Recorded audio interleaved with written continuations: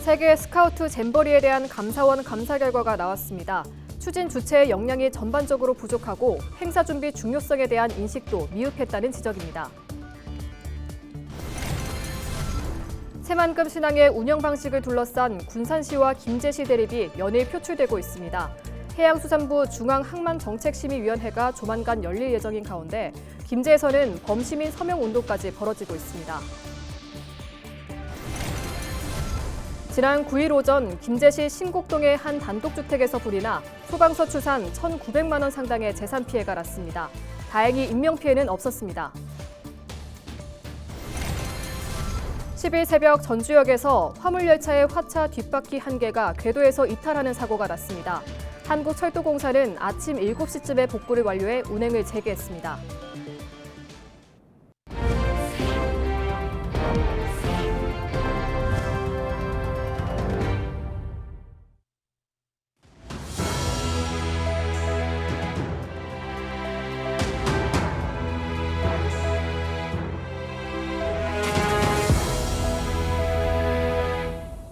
시청자 여러분 안녕하십니까? 헬로티비 뉴스입니다. 지난 2023년 8월 새만금에서 개최됐다 파행으로 끝난 세계 스카우트 잼버리에 대한 감사원 감사 결과가 나왔습니다. 감사원은 10일 새만금 잼버리 추진 주체인 조직위원회와 여성가족부, 전북도 등의 역량이 전반적으로 부족하고 행사 준비 중요성에 대한 인식도 미흡했다고 지적했습니다. 이에 따라 여가부와 전북도에 주의를 요구하고 위법 부당 행위가 확인된 관계자 12명에 대해 징계를 요구하거나 인사자료를 통보했습니다. 또 입찰방해와 같은 범죄 혐의가 확인된 6명에 대해서는 검찰에 수사를 요청하거나 수사 참고 자료로 제공했습니다.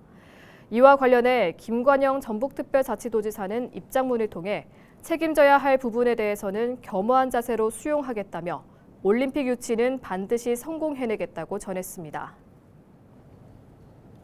새만금 신항을 차지하는 자 바다를 얻는다라는 말 들어보셨을까요?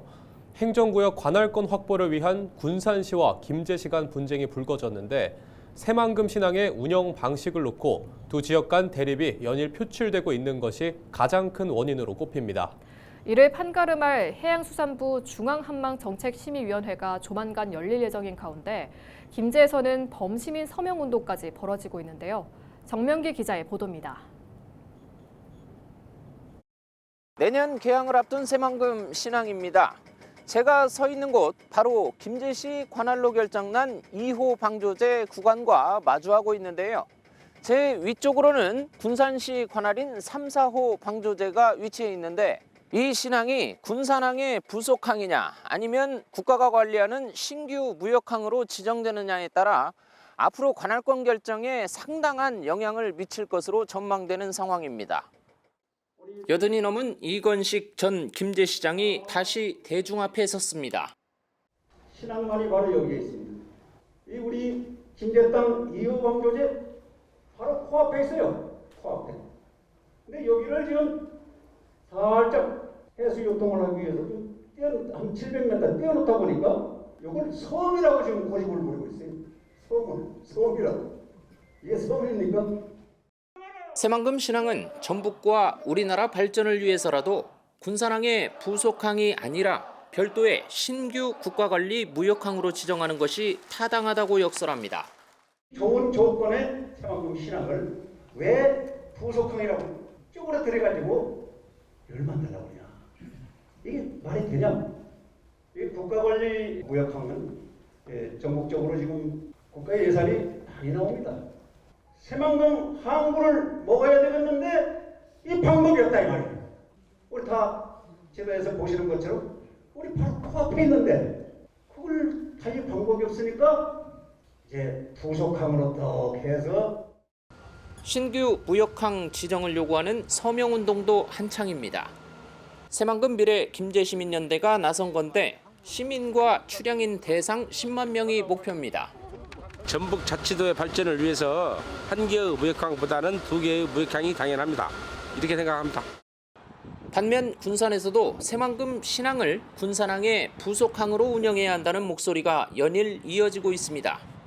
새만금 신항에 대한 무역항 지정이 임박한 가운데 군산시의회는 최근 전북도지사를 향해 전북도의 공식 입장을 해수부에 제출하라고 압박했습니다. 광역자치단체가 국가 정책에 따라 합리적이고 적극적인 입장을 정리하여 전달하는 것은 법적 절차이자 행정기관의 책무입니다. 전북자치도지사는 더 이상 주저하지 말고 원포트 무역항 지정이라는 정당한 현실적인 입장을 명확히 표명해야 합니다. 앞서 전북도는 군산 측에 유리하게 나온 것으로 알려진 자문위 결론을 해수부에 제출했지만 공식 입장은 내지 않고 있는 상황. 앞으로 새만금 신항에 대한 관할권을 주장하는 데 유리한 고지를 점할 수 있는 만큼 두 지역의 막판 여론전이 더욱 가열되고 있습니다. 헬로티비 뉴스 정명기입니다. 지난 9일 오전 9시 반쯤 김제시 신곡동의 한 단독주택에서 불이 나 1시간여 만에 꺼졌습니다. 당시 집에 있던 사람은 스스로 대피해 인명피해는 없었지만 주택 한 채가 모두 타 소방서 추산 1,900만 원 상당의 재산 피해가 났습니다. 경찰과 소방당국은 아궁이에서 불이 시작된 것으로 보고 정확한 화재 원인을 조사하고 있습니다. 10일 새벽 4시 반쯤 전주역에서 정비를 위해 이동하던 화물열차 뒷바퀴 한 개가 궤도에서 이탈하는 사고가 났습니다. 한국철도공사는 사고 2시간 반 만인 아침 7시쯤에 복구를 완료해 전주 익산 간 전라선 운행을 재개했고 궤도 이탈 원인을 조사하고 있다고 밝혔습니다. 이 사고로 인명피해는 없었지만 열차 운행에 차질이 빚어져 승객 300여 명이 불편을 겪었습니다.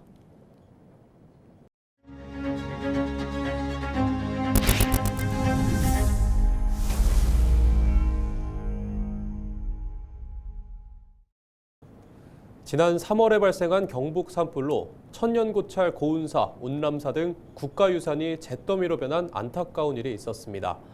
하지만 안동 하회마을과 만휴정 등 주민들과 소방 인력의 노력으로 지켜낸 문화유산도 있었는데요. 이를 계기로 비상시 문화유산을 보호하기 위한 체계적인 매뉴얼을 만들 필요성이 제기되고 있습니다. 홍하영 기자입니다. 서해 유성룡 선생을 비롯해 많은 고관을 배출한 안동 하회마을. 초가집, 기와집 등 전통 가옥이 줄지어 있는 유네스코 세계유산입니다. 지난 3월 의성에서 시작된 산불로 닷새간 이곳은 초긴장 상태였습니다. 건축 자재 특성상 불길이 닿으면 집은 물론 마을이 몽땅 타버릴 수 있는데 불길이 직선거리 5km 앞까지 다가왔기 때문입니다. 보존회를 비롯한 마을 주민들, 소방 인력은 지붕에 물을 뿌리고 방사포를 설치하는 등 불길을 막기 위해 안간힘을 썼습니다.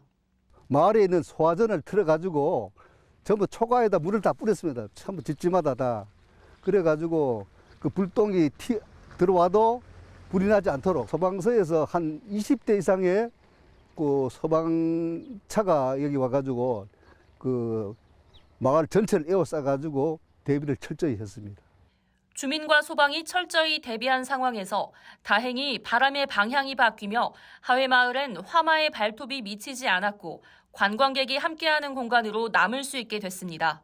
저희도 경북도청에서 그 산불 났을 때 연기 같은 게 왔는데 여기에도 어떤 피해가 있는지 궁금해서도 왔고 지금 벚꽃이 예쁘게 폈다고 해서 사실은 이렇게 조금 꽃놀이 하러 왔습니다. 유네스코 지정된 그런 마을이라서 이렇게 산불 피해 없이 잘 보존해 주신 게 정말 감사하고 다행인 것 같습니다.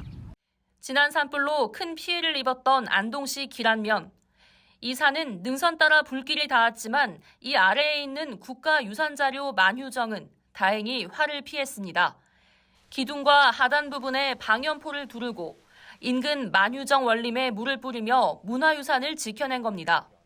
가을철 단풍놀이 명소로 손꼽히는 안동 용계리 은행나무 역시 지속적인 살수 작업을 통해 가까스로 살아남아 올해 가을에도 노란 잎을 자랑할 수 있게 됐습니다.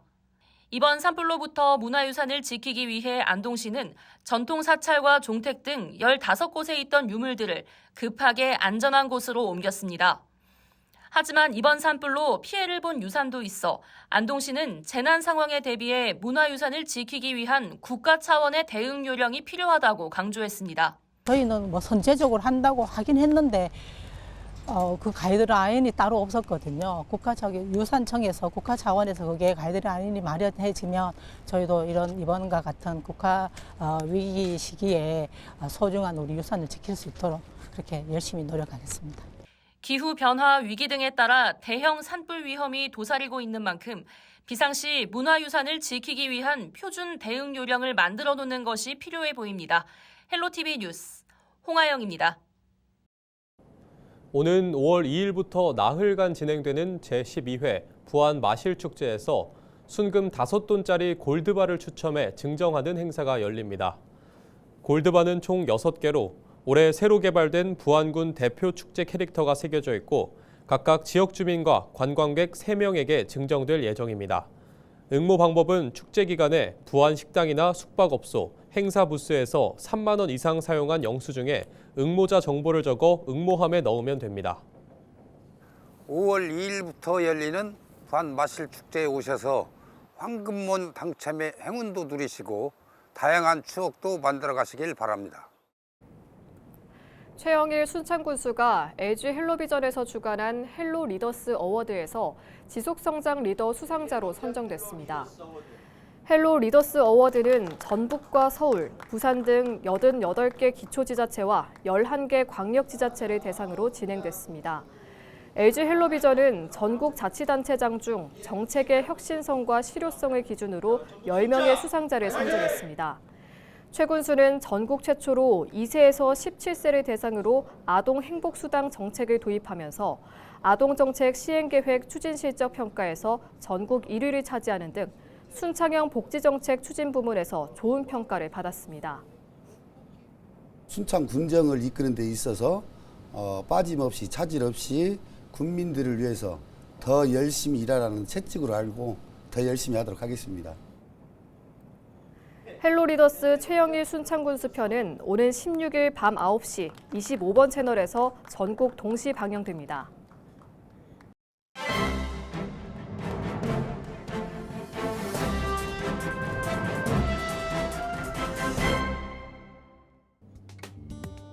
전북일보 기사입니다.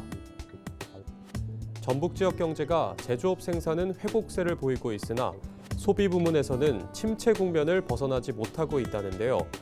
한국은행 전북본부가 발표한 최근 전북 지역 실물 경제 동향에 따르면 2025년 2월 전북 지역 제조업 생산은 지난해 같은 달보다 6.5% 증가했다고 합니다. 이는 자동차, 1차 금속, 식료품 등의 생산 증가에 주로 기인한 것으로 분석됐다는데요.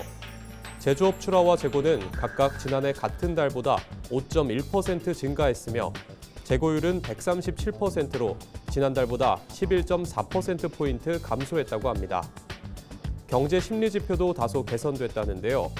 3월 제조업 기업 심리 지수는 93.4로 지난달보다 3.3포인트, 비제조업 기업 심리 지수도 78.1로 4.4포인트 상승했다고 합니다. 그러나 소비 부문은 침체를 면치 못해 2월 대형 소매점 판매는 지난해 같은 달보다 24.8% 감소했고 대형 마트 판매도 25% 급감했다고 신문은 전했습니다. 지금까지 신문 브리핑이었습니다.